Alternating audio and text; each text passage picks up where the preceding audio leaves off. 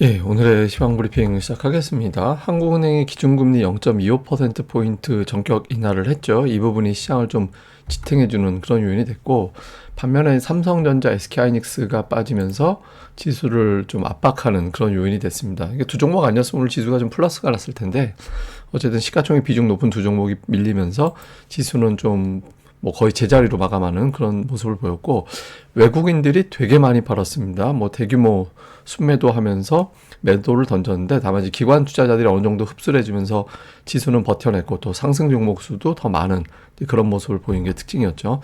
뭐 제약주, 2차전지, 타이어, 롯데그룹주 이런 것들이 올랐는데, 대체로 보면 뭐 보조금 이슈라든가 이런 것들의 자유로운 종목군들이 조금 더 상대적으로 강했고, 뭐 2차전지는 뭐 그동안에 은근하게 좀 올라오는 뭐 모습이 있었잖아요. 또 증권사에서 실적 좋아질 일 남았다 이런 취지의 보고서 나온 것도 있었고, 근데 어쨌든 전체적으로는 관세라든가 보조금 논란에 좀 자유로운 그런 종목군들이 선별적으로 올라가는 그런 모습을 보였습니다.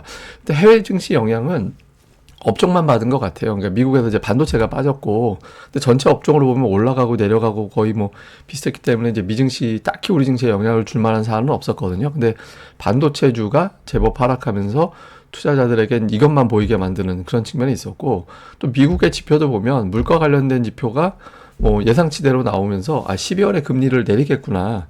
그러니까 이런 생각은 갖게 됐거든요. 그러니까 이거 자체는 뭐 몰랐던 건 아니잖아요. 어차피 12월에 금리나 하고 내년도는 생각보다는 천천히 내릴 것 같다. 이런 분위기였기 때문에, 그러니까 미국에서 넘어온 재료는 그렇게 크게 뭐 좋거나 나쁘거나 그런 건 별로 없었습니다. 오히려 이제 그 미국의 10년물 금리도 그렇고 달러 인덱스도 그렇고 이제 금리가 빠지고 달러 인덱스도 내려가는 피크 대비 좀 내려와 있는 상태라서, 뭐 미증시가 어떻게 움직이느냐, 뭐 반도체가 빠졌다 이런 것도 중요했지만, 제가 어제도 말씀드렸지만 그 달러 인덱스가 굉장히 중요한 역할을 할 거다 향후에는, 그런 말씀을 드렸었잖아요. 그래서 금리와 달러가 빠졌기 때문에 미증시가 뭐 어떤 안 좋은 상황이 만들어지긴 했어도 이게 일부는 좀 상쇄시켜주는 그런 역할을 할 수 있었거든요. 그래서 오늘은 외부 재료는 특정 업종 외에는 뭐 미국 때문에 크게 올라간다 내려간다 이럴 만한 상황으로 넘어온 건 없었습니다. 근데 오늘 장중에 뉴스거리가 뭐가 좀 나온 게 있었죠. 우선 이제 금통위 건인데, 금통위에서 금리를 내렸습니다. 제가 어젠가 그젠가 들은 뉴스로는 한 10명 이상의 그 채권 전문가들한테 설문을 했는데 한 명 빼고 나머지 다 동결적으로 예상했다라는 기사를 본 기억이 있거든요. 근데 지금 전격적으로 인하를 했어요. 그러면서 이야기한 게, 아무래도 성장 전망치를 낮췄기 때문에 선제적으로 경기가 둔해지는 거를 좀 방어해야 된다 이런 취지였거든요. 그래서 지금 안정해서 성장으로 바뀌었다는 의미는 뭐냐면 내년도에 금리를 또 내릴 거야. 그러니까 이런 시그널까지 준 거거든요. 그래서 부정적으로 보면 이거 경기 둔화되는구나. 이게 뭐 외국계 증권사에서도 우리나라 성장 전망을 하향했잖아요. 이런 것들에 대한 부담, 그다음에 우리나라가 이제 금리를 내린다라는 거는 환율이 1,400원에서 멀찌감치 내려가기는 쉽지 않겠다. 그러니까 이런 평가가 나올 수 있는 거죠. 그러니까 이런 것들은 조금 부담되는 요인인데, 반면에 이제 경기 그러니까 2% 정도 살짝 아래라고 하긴 하지만 어쨌든 저거는 뭐 경기 침체로까지 얘기할 정도 수준은 아니거든요. 그러니까 저렇게 되지 않도록 선제적으로 대응하는 거다, 또는 최소한 저 정도는 방어할 수 있도록 선제적으로 대응한 거다, 이런 어떤 분석이 있고, 또 증시 같은 경우는 어쨌든 유동성 우려를 조금 완화시켜 준다라는 측면에서는 주식시장에서는 또 나쁘게 반응할 재료는 아니잖아요. 그러니까 뭐 보통 보면 금리가 내려가면 스탁론이라든가 이런 어떤 이자 부담도 좀 줄어들기 때문에 거기에 따른 어떤 매도 부담도 조금 축소되는 그런 측면이 있거든요. 그래서 이런 부분들이 있어서 단기적으로는 경기에 대한 공포감도 좀 있을 거지만, 궁극적으로는 증시 유동성 이런 부분들에 대한 어떤 그 평가가 좀 나와서 시장에서는 시간이 지나가면 좀 괜찮게 반응할 것 같다, 뭐 이런 쪽으로 좀 해석이 된 것 같습니다. 그리고 그 외에 이제 뉴스들 보면 그 환율이 이것 때문에 혹시 튕겨 올라가면 어떡하지? 이런 것들에 대한 걱정이 좀 있었거든요. 그런데 이제 한국은행 총재가 이 부분을 조금 불식시켜줬죠. 국민연금하고 서로 이제 보유하고 있는 달러를 주고받고 해서 외환시장 안정시킬 거야. 그러니까 이렇게 언급을 했거든요. 그래서 1,400원 넘어갈 수도 있었던 환율이 오늘 이제 조금 버티는 이제 그런 모습을 좀 보여줬고, 그 다음에 이제 뉴스로는 이제 롯데에서도 임원 교체한다라는 보도가 나왔습니다. 뭐 퇴임시키고 한다라고 했는데, 다만 이제 신씨 성을 가진 사람이 승진했다라는 거는 이제 그 가문, 그 체계를 조금 더 가깝게 가고 있다. 이건 뭐 시장에서 그렇게 해서 좋아할지는 제가 잘 모르겠습니다. 어쨌든 롯데도 임원진 교체를 했다. 어제 삼성, 오늘은 롯데 이런 뉴스들 나오고 있고 그다음에 이제 오늘 반도체주 부진했던 이면에는 다음 주에 추가적으로 중국에 대한 어떤 추가 규제가 나올 거다. 그러니까 이런 이게 사실 뭐 오늘 나온 뉴스는 아니고 이제 나왔던 뉴스가 한 번 더 재탕된 거긴 한데 이 과정에서 지금 HBM 관련된 제품도 중국의 수출이 좀 규제가 될 수도 있다. 이거 사실 하이닉스는 미국에 갖다 파는 거고 중국에 넘어갈 HBM은 주로 삼성 쪽에서 만드는 거긴 하거든요. 근데 어쨌든 이런 보도가 나오면서 반도체 전반적으로 특히 삼성전자, SK하이닉스가 안 그래도 좀 매물이 나올 만한 상황이었는데 이게 또 더해진 것도 있습니다. 근데 조금 너무 안 좋은 뉴스만 나와서 외신에서 나온 뭐 긍정적인 뉴스도 하나 섞으면 그 엔비디아가 내년도 1월 초까지 최대 27%까지 올라갈 수도 있다. 그러니까 이제 CT에서 이렇게 제시를 했는데 그 근거로는 CES 열리잖아요. 거기서 이제 블랙웰 관련해서 굉장히 좀 시장에서 기대할 만한 어떤 비전을 제시할 것으로 예상이 되고 만약에 그렇게 되면 그때까지 아마 미리 증시가 좀 올라갈 거다. 이런 취지의 어떤 분석이 나온 것도 있습니다. 근데 이게 뭐 이렇게 뭐 새롭거나 뭐 서프라이즈하게 뉴스로 보도된 건 아니어서 근데 어쨌든 이런 뉴스도 있었다 정도로 알고 계시면 될 것 같습니다. 뭐 특징으로는 최근에 이제 셀트리온이 은근히 올라오고 있죠. 뭐 제약주에 대한 관심도 있고 회사 자체적으로도 주가에 대해서 관심이 높은 회사잖아요. 이런 것들이 좀 올라오면서 오늘 제법 강한 그런 모습을 보였고 그다음에 2차 전지 뭐 이틀 빠졌다가 오늘 올라갔는데 또 오늘 고점이 21선이었거든요. 그러니까 저선이 이제 방어 고점이 되느냐 아니면 이제 돌파하면서 16만 원이 위치한 61선까지 한번 가볼 거냐 이게 하루 이틀 안에 좀 가늠이 되겠죠. 그다음에 롯데그룹주들도 오늘 올라갔고 이게 유동성 문제 제기가 됐는데 회사 쪽에서 뭐 심지어 롯데타워 담보로 막 제공하고 그런다라는 거잖아요. 근데 그런 이야기 하면서 우리 유동성에 큰 문제 없어 이런 점을 회사 쪽에서 밝히면서 좀 뭐 주가가 반등하는 그런 모습을 보였죠. 지금 이제 오늘 뭐 유머로 그런 것도 돌더라고요. 그러니까 롯데그룹에서 가장 심각한 건 사실 롯데자이언트다.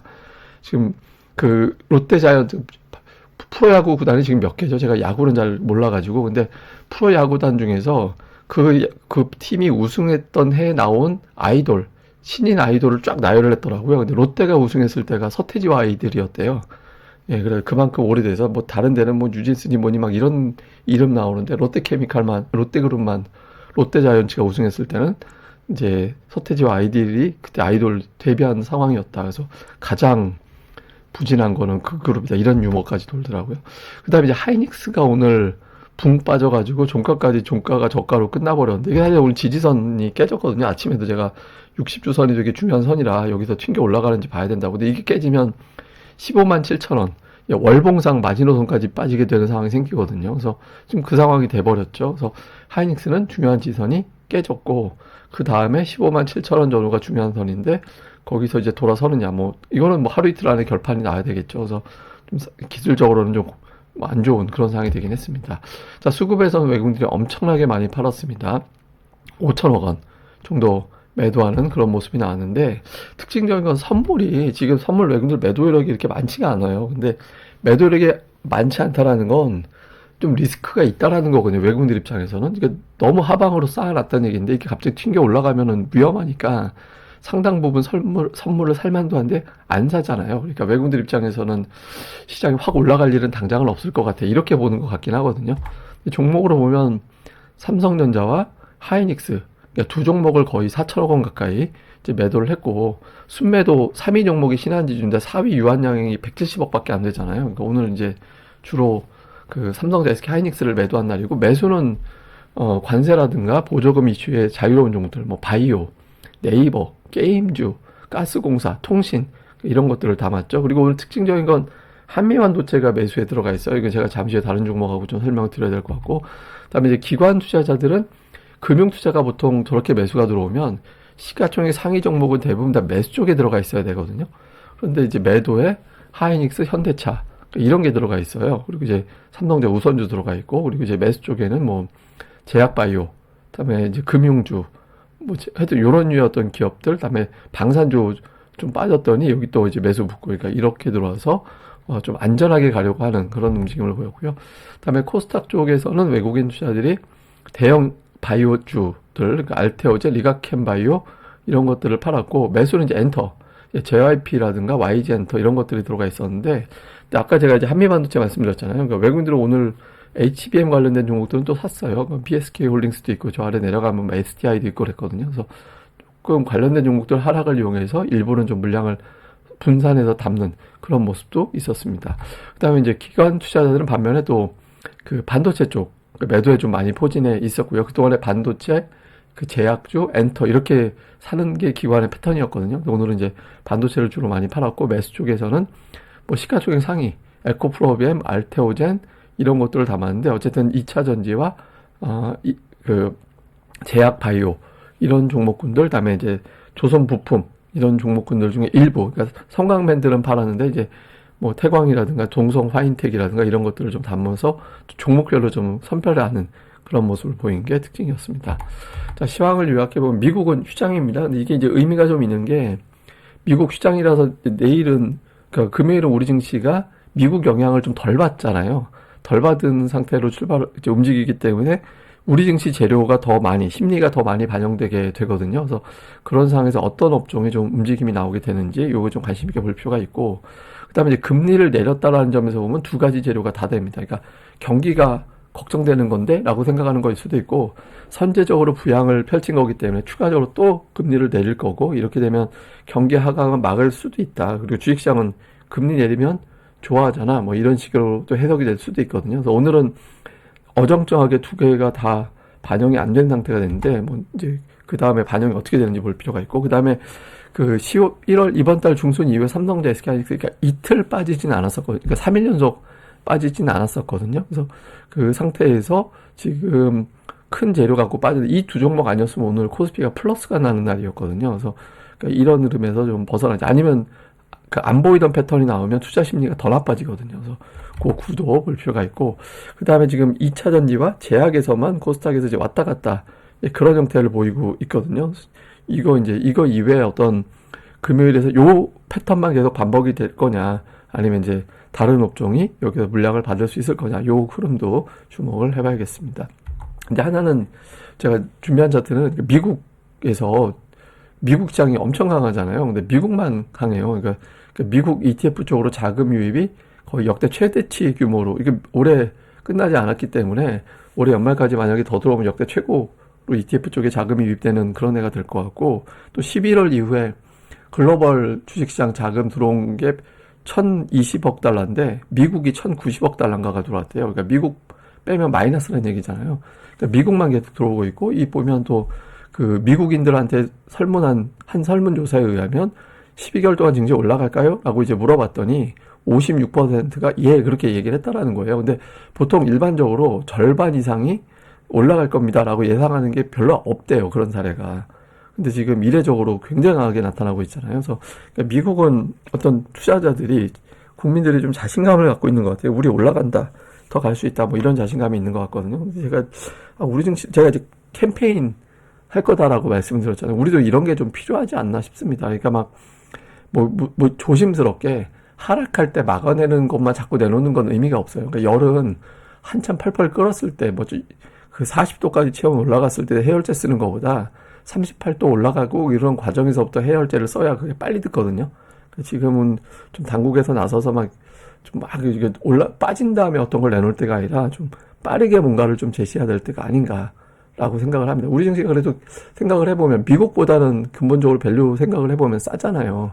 물론 이제 내년도 실적 추정치가 방향이 어떻게 되느냐에 대한 논란은 있지만 절대적인 수준은 싸거든요. 그래서 이런 것들을 감안해 본다면 조금 우리도 좀 자신감을 가질 만한 환경을 만들어주면 좋겠는데, 제가 맨날 말씀드리잖아요. 그러니까 투자들이 수익 10%만 나게 해주면 몇십 조, 몇백 조에 대한 이제 부가 창출되기 때문에 소비할 수 있는 여력이 생기고 경기가 좋아진다고. 한국은행 금리 인하하는 것보다 주식시장 10% 올라가는 게 훨씬 더 좋거든요. 그래서 그런 어떤 흐름을 좀 만들어줬으면 좋겠다. 예, 그 생각이 좀 들었습니다. 예, 그럼 오늘 하루 또 잘 보내시고요. 저는 다음에 뵙겠습니다. 이 방송 구독하기와 좋아요, 꼭 부탁드립니다. 감사합니다.